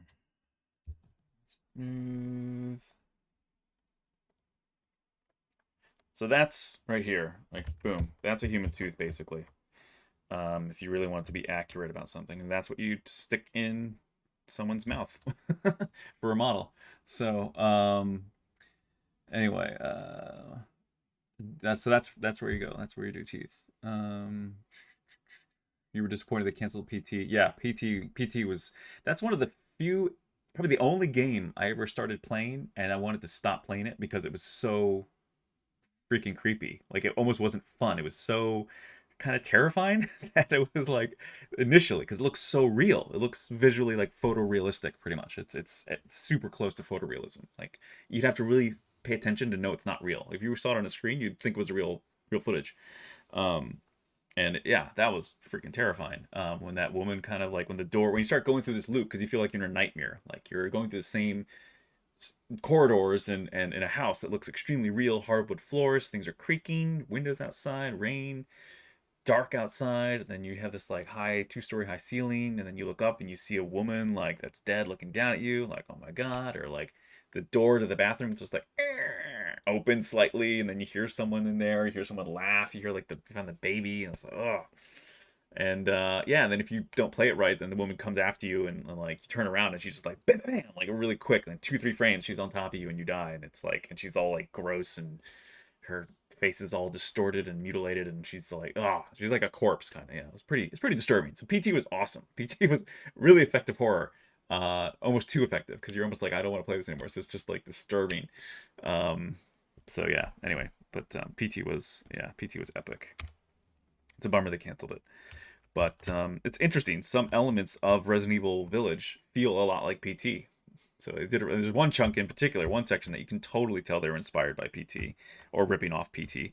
Um, but for those who don't know, PT it stands for playable trailer, and it was like a demo, which is another way of calling it a demo for a game. But a playable trailer was by Konami, company known famously for making Metal Gear Solid and Silent Hill series. So PT was supposed to be a new Silent Hill game starring what's his name from Boondock Saints and The Walking Dead. I can't think of Daryl Dixon is his character's name in Walking Dead, which I'm sad to say I know. But what's the actor's name? I can't think of his name right now. He starred in Kojima's other game that he made, which was awkward, Death Stranding. I never played it, saw it, looked like a walking simulator, wasn't that interested. Great actors. It had Mads Mikkelsen in it. Like Mads Mikkelsen's awesome. Seems like he's always a great villain, but I think he plays a cool good guy too because I saw him in what was it, that Star Wars movie, Rogue Squadron. He was pretty cool. I like Mads. He seems like a really cool dude. Uh, he just plays. He's the great kind of villain in my opinion because it's like he has this appeal to him. He's really an attractive person. And I don't mean like physically so much. Make sure he's a good looking dude, but I mean like he has such an appealing, suave, charismatic charm to him. You know, like Hannibal Lecter. He played Hannibal actually. It's funny. But like Anthony Hopkins can play such a great villain, but you like him. He's just so likable. Wesker is another great example of a great villain in the game, in the video games, and in Resident Evil. He's such this cool, commanding, authoritative, suave character who it's like you love him and you hate him at the same time. Mads has all those qualities. I think Mads is just such a great actor and especially just such a great villain. Uh, that it's hard to not love his characters, and no matter how evil they are. And of course, like most people, I think I was exposed first to his acting in Casino Royale as the villain who was the main antagonist to Daniel Craig's Bond, and that was a phenomenal Bond movie, one of my favorites. Casino Royale and Skyfall, the best James Bond movies in my opinion. Absolutely fantastic. Quantum of Solace, awkward, unfortunately. It really felt like it's a direct continuation of Casino Royale. So if you watch them back to back, it kind of works a little bit better, I think, but still not nearly as powerful as Casino Royale. And then Skyfall was just freaking epic. Love that movie. One of my favorite Bonds. Um, yeah, those two are my favorite Bonds. Period. And I never really thought that much of Bond. You know what I mean? Like I was never like a huge James Bond fan. GoldenEye was fun. I remember that when that came out in the '90s. And of course, all of us were playing GoldenEye on the N64. Like that was so much fun. Um, so that really endeared it to the culture and to my generation. But anyway, sorry, getting off on a Bond trail here. But all right, so things are looking good here. Feeling good about this. Got to figure out these back lines here now. We're almost at 4, so I'm gonna have to jump out of here soon. But I'm gonna keep working on this. Let me take a poll. If any of you guys are curious, if you'd like to see me keep working on this, just let me know in the chat, and I could just keep streaming on Twitch. I have to hop off here at 4, but if you guys want to keep watching, I can just keep working on this on Twitch, and it'll just be at my own pace. Just doing what I'm doing now, kind of probably not talking as much, but just getting this done. So if you guys are curious, I can just keep going on Twitch here in a little bit. But if I don't see a lot of response in the chat, then I won't bother. I'll just keep working this on my own offline. But yeah, let me know.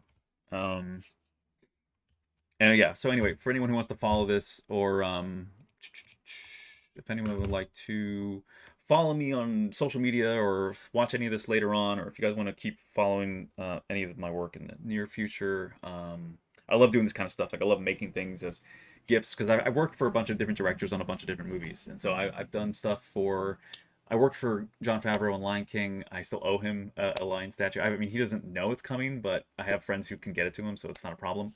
But I need to get that done because I worked on Mufasa sculpture here as part of the whole thing because I originally worked on Lion King to redesign. They hired me to redesign the entire Mufasa comes to Simba in the clouds scene, and I devised a whole beautiful epic scene of Mufasa's soul entering our atmosphere as like a shooting star and interacts with the storm, and they kind of magnetically pulls the lightning in. It's this beautiful, glorious kind of electrical explosion that's then glorified with like a sun burning inside the clouds, and it takes the form of Mufasa, and all the water's like rippling away like a helicopter floating over the waters. It's all kind of pulsating with his heartbeat and washes over, like the mist watches over Simba. It was this really beautiful, just epic design, and he loved it. John said it was great. Everyone was just freaking out over it, and they thought it was going to be spectacular. But they're like, this is going to take too much time we want it, we want this, but it's going to take too much time to implement in the film. So it didn't wind up making it into the movie, and I was super bummed because that was like, I would have been my coup de grace. That would have been like, I designed this whole scene, this whole sequence. I re-storyboarded everything, and they loved it, and it made logic. It helped create the connection to what he says to Simba in the beginning, which they never connected or made logic with in the original, which is the kings of the dead, the past are in the stars. So then his soul looking like a shooting star, but is actually the light of his soul, and then I put all this work into it where like you saw the soul of Mufasa reflecting the light of the soul, the shape of him in the clouds, reflecting in the eye of his son, which are the windows to the soul, and as the father and the son relationship, and there's all this kind of biblical relay, and it was just like a lot of thought. And I took my real science background and plugged into researching all the storm cloud systems, what actually are mantle cloud storm systems, and how would he wash away in a realistic storm fashion, so it wouldn't just be like, oh, let's just blow him away. Like it all like wrapped up into this like beautiful high altitude storm system that would like wash up and catch the sun over the curvature of the earth and color wash it. It was just like, all of this work went into that. So anyway, but I do a lot of this stuff for like, so then Colin Trevorrow hired me to I got commissioned by a lead animation supervisor, a good friend of mine at ILM. It's Glenn McIntosh, who's not with ILM anymore because they've let a ton of people go, unfortunately. But Glenn worked on all the Jurassic Park movies from 3 to now. So he commissioned me to make a lot of maquettes for him personally, as he loves the raptors that I made, which are like super detailed and accurate to the film. And still, I would be proud to say, I am proud to say they're the most accurate Raptors anyone's ever made from Jurassic Park. Screen accurate. Like, none of the mass produced products, none of them match exactly as mine. There's some that are close, like Prime 1, I think, has some really, really, really close Raptors to the film version, but their faces are off. Things are wrong still. But I got mine like right there. So anyway, Glenn hired me to do a bunch of Raptors for him for his private dinosaur collection, and then of course he loved all the work I did for him. So then he was like, "I'm going to recommend you to Colin Trevorrow." So then Colin hired me to do a bunch of Endoraptor busts. So the Endoraptor from the last Jurassic Park or Jurassic World, I made one for Glenn, I made one for him, and I made one for J.A. Bayona, so the other director I worked with. So I made a maquette for him, and Dennis Murin has one of my Raptor maquettes. Through the Raptors, I got to meet Phil Tippett, who's legendary. Everyone knows Phil Tippett, if you know Star Wars or Jurassic Park. So I buddies with Phil, and yeah. So anyway, so like just my sculptures and gifting them to people, or being hired to make them, and then them loving it and passing on my name to someone else has been kind of like my calling card and something I just love doing. And it's just a great way to network too. It's just a really fun way to meet people that I admire, and I always put a shit ton of detail into my work, because usually when I'm working on a maquette for a director, it's usually because I want to do it. It's not because they're, I mean, sometimes they just hire me to do it and I'm just doing it for a paycheck, but I'm still going to give them, I mean, you know, it's a decent paycheck, so I'm always going to give them something amazing. But well, something like this and other things like Jurassic Park and that whole brand, because that changed my life as a child and made me, in the end, that kind of is what made me ditch medicine to go into visual effects. So I bailed on the MCATs. I was a biology and pre-med major, and it was my last year in college, and double majored my last year and a half in fine art, visual communication, focus in visual communication and medicine. And so I wound up just bailing on medicine and said, I love art too much. So after 2 years of working in ER as an advanced tech, then I eventually said, I'm getting depressed watching people suffer and die. As much as I love helping them and seeing the positive results come out of it, it wasn't enough positivity to outweigh the hurt that I was feeling and the depression I was going through. So I said, no, I need to do something that I find joy in, and that I can inspire people and bring meaning and purpose through my life, and add value and intelligence and emotional value, and make people think through storytelling. So, but on my way to doing my own films, which I'm starting to finally just do now, working on my first short, for many of you know, the process led me down through into 3D, into ZBrush, and that's the gateway drug that led me to understanding Maya, now Unreal. So I'm working in the Unreal Engine now, and yeah, and that's, you know, a roundabout way. I wound up working with like Pixamundo and NPC and Parliament and now Digital Domain. So it's you know, getting up there, big leagues. Digital Domain's awesome. They hire a lot of people from ILM, and back and forth they trade employees a lot, and Weta as well, Weta Digital. So pretty awesome talent there. So it's really kind of an honor to be a part of them in some way, working with them. So anyway, yeah. So anyhow, all right. So cool. Seems like some people want to see that. Is Unreal Engine free? Yes, Unreal Engine is free. You should totally watch it. I mean, watch it. Sorry, you should totally download it and use it. Okay. So yeah. So what's my Twitch? Sorry, I'm just rambling here. My Twitch is twitch.tv/Daniel Lion Arts. My Instagram, if you want to keep up on when I announce when I'm going to be streaming, it's, yeah, and we're past 4, I gotta go. Daniel Lion Arts. And Twitter is the same thing. So it's where you can find me pretty much everywhere. That is social media. You can find me as Daniel Lion Arts. And my website. Please give me a follow on Instagram, by the way, too. If you guys haven't, could definitely use the number count. Trying to get my numbers up there. I got to post more, too. I know.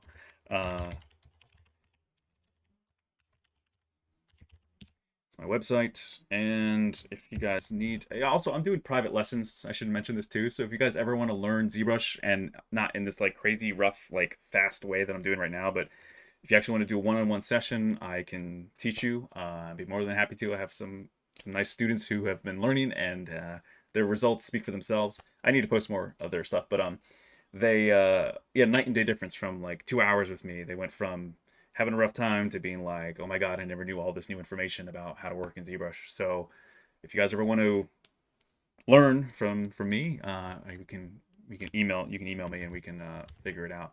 So this is my email, Daniel@lion-arts.com. ArtStation, same thing. I think if you just search for Daniel Lion Arts, you'll find me, if I'm not mistaken. I don't really update ArtStation a lot, but ArtStation, Daniel Lion Arts, I think. But I need to start being more active on that. I think I just need to start like selling some models or brushes or things on there too, just as another means of income. Just another little venue, another little like, stream. What I recommend to get Topo Gun or 3D Coat, seeing as Topo Gun 3 soon will be out and has some pretty neat features. I haven't looked up what Topo Gun 3 is going to do, but I mean, you can do a lot of retopology in Maya. You can do it in ZBrush now. I would recommend getting ZWrap. That's huge. I have that for ZBrush, and it's awesome. It lets you take one mesh that has clean topology, like a human face that has good topology, and another like a 3D scan of somebody or just messy topology that's also maybe similar model, and then you can like take that and wrap the clean geometry to the exact shape of the one with messy geometry but has the right form, and now you have great animation ready topology from a 3D scan that's like your actor's face or whomever, and it looks, and you have the beautiful, perfect, clean topology ready to animate. All right, so LOL, Linktree will be your friend. Dude, you're right. I need to get a Linktree. I really do. That's a great idea. I've seen so many other people have it. How do you think Unreal's MetaHuman will affect character artists in the future of game development? A good question. I think it's going to help people just create great base meshes or great NPCs, non-playable characters. But if it has more advancements, it may help character artists take their human characters like 80% there or 90% there, and then you just do the tweaking in ZBrush and then go back into Unreal and you're ready to go. I made a character. I recreated my kid from my last Guardian short in MetaHuman, and I recorded it. I just need to upload it, and I want to do a time lapse. I spent like 20 minutes. I think it took me like 30 minutes, and I recreated my kid from a completely different looking kid, like the base human kid mesh that they had, and I got it to the point where it looks pretty close to what I want. Not exactly, but just because the controls are limited. It doesn't let you do the kind of manipulation we can do in ZBrush. But anyway, sorry, I talked way too much and I didn't sculpt enough, but I got to keep going, and that's all I'm going to be doing today pretty much is sculpting the hell out of this thing. So, with that being said, it's 4:09. I know I was a little late starting, but I think we have someone else coming on here sooner than later, so I should get going. And yeah, I guess that's it for now. If anyone has any last minute questions, feel free to dump them in here now. Otherwise, I'm gonna have to bid you adieu, and I'll hop over to Twitch in a few minutes. I'm just gonna make myself a little something to eat and get back on here and just keep plugging away. So, all right. No more questions? Are we good? All right. Cool. All right, guys. Well, ladies and gentlemen, thank you for hanging out with me for the last 2 hours. They flew by. Apologies to anybody if they're upset that I didn't sculpt more, but hop over to Twitch. Join me at twitch.tv/Daniel Lion Arts, DANIELLIONARTS, and yeah, we can keep going on this guy, and you can see how I speed sculpt something for 3D printing. But this is just the the base pose, just the neutral static pose, T pose as you would call it. Not literally T-pose, but you know what I mean? Like it's the neutral pose, and then we're going to go into full-on pose and then segmenting after I do all the detailing and everything else. So we're getting there. The biggest challenge for this for me was the head, and I feel like we're 80% there with the plate distribution. That's the biggest part, is like finding those lines. And now it's just going to be a few lines in the back, and then a little detailing on the lower jaw, and then it'll be like the high frequency details and whatnot that'll come into play here, pretty much along everything. I think I got to get some more form down here on the here, like on the inverted wrists, and then the arms and legs. It's a little high frequency detail and some stuff here on the spine for sure. But anyway, okay, so I think I'm gonna get out of here, and I will hop back on Twitch here, like I said, in a little bit, and we'll go from there. So these things are freaking awesome and creepy. Anyway, All right, guys, ladies and gents, thank you. Um, Thanks, Frank. Kind, very kind of you. What do I recommend tutorial-wise for beginners? If you want to find tutorials to learn quickly and early, YouTube, of course, Z Classroom. Also, look up ZBrush's this Pixologic's channel. Look up Ask ZBrush. They have the hashtag Ask ZBrush series, and it's just a lot of very specific questions, the kind of nerdy questions that a lot of us who are learning ZBrush need to ask in order to, you know, find those specific answers to things that are just really challenging or really unique. So look up the Ask ZBrush questions. They cover a lot of basic stuff, and the Z Classroom on Pixologic's site. They have phenomenal tutorials to teach you how to learn ZBrush and how to get started. Also, of course, there's the Gnomon Workshop. You can go online there. It's the GNOMON. Gnomon. G is silent.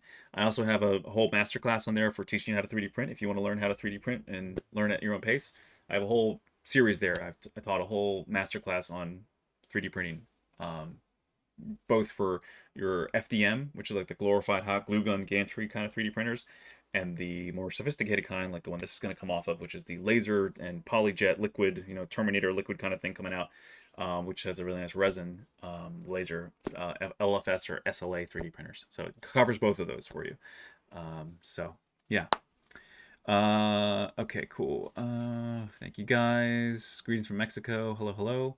Hola. How do you get on Twitch? Go to twitch.com.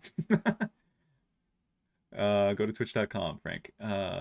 Sorry for caps lock, no problem. 33 and told to get into game development as character artist. I have no experience. Well, you gotta start. Somewhere. So yeah, start learning 3D modeling. It depends what you want to do in game development. Game development is such a broad. That's like you want to work in movies. Well, there's a lot of jobs in the movie business, right? So what part of movies do you want to be involved in? What part of game development do you want to be involved in? Do you want to be like a character artist? Do you want to be an environment artist? Do you want to be a programmer? Do you want to be an animator? Do you want to be a rigger and animator? Do you want to be a texture artist? There's so many different, roles. Do you want to learn how to code? I'm assuming because you're here, you want to do art. So starting to learn the fundamentals of 3D modeling is crucial.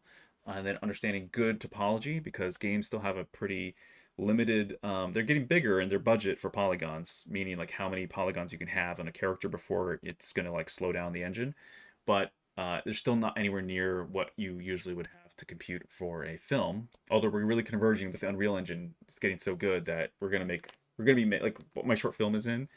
We're going to be making full feature films in the Unreal Engine very soon.